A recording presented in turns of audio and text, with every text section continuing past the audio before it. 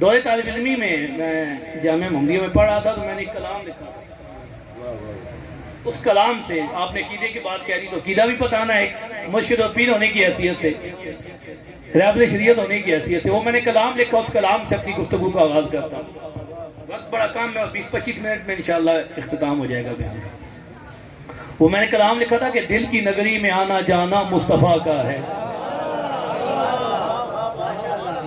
اے دل ایک بستی ہے نا, اور دل کی نگری میں آنا جانا مصطفیٰ کا ہے. بند ہے دروازے دل, یہ آشیانہ مصطفیٰ کا ہے. دل کی نگری میں آنا جانا مصطفیٰ کا ہے, بند ہے دروازے دل, یہ آشیانہ مصطفیٰ کا ہے. صدیق و فاروق عثمان و علی, یا توجہ کرے ہو گانا, صدیق و فاروق و عثمان و علی سب سے اعلیٰ یارانہ مصطفیٰ کا ہے. صدیق و فاروق و عثمان و علی سب سے اعلیٰ یارانہ مصطفیٰ کا ہے. علی فاطمہ حسن و حسین, حسن و حسین سب سے بالا گھرانہ مصطفیٰ کا. اے سارا عقیدہ آ گیا, نہ اسی این جان دے نہ اسی ان جان دے ہیں. خدا دی قسم ہے ساڑا بڑا سچا سچا عقیدہ سنیاں دا ہے.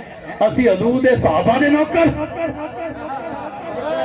اسی حضور دے صحابہ دے نوکر, حضور دی اولاد دے نوکر. صدیق و فاروق و عثمان و علی ہیں, صدیق و فاروق و عثمان و علی سب سے اعلیٰ یارانہ مصطفیٰ کا ہے. اور 1,24,000 صحابہ بچوں اے چار صدیق و فاروق عثمان و علی.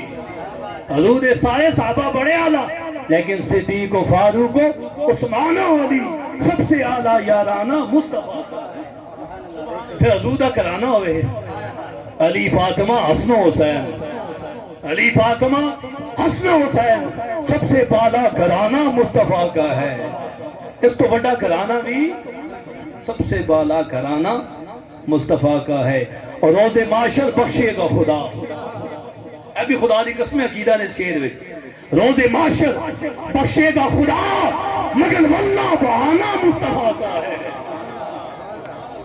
روز معاشر بخشے گا خدا, بخشنا تو خدا ہے نا جی, لیکن کس کے صدقے؟ محمد مصطفیٰ دے صدقے. اے بھی عقیدہ ہے, روز معاشر بخشے گا خدا مگر واللہ بہانہ مصطفیٰ کا ہے. اور یہ مقطع ہے عرش کی عظمت اپنی جگہ فیصل. حضور دا خدا دی قسم اگر مقام سمجھو اس شعر واجہ کا دیتا ہے, اس تو وڈی خدا دی قسم گالی کوئی نہیں. عرش کی عظمت اپنی جگہ فیصل, عرش کی بھی اعلیٰ ٹھکانہ مصطفیٰ کا ہے. جڑی مٹی حضور دے جسم نہ لگ گئی وہ اشے اولاد ہو, اشے اولاد افضل ہو گئی. تے جڑے حضور دا خون ہے اس دا فقہ مقام ہو سی, اور پھر جڑے حضور دے یار حضور نال قیامت تک لیٹ گئے پھر انہاں دا کی مقام. یا گل سمجھنا دیئے. اور دوجہ میں کوئی ڈھلا تے ہے نا, میں خدا دی قسم بڑا مینوں مزہ آیا یار.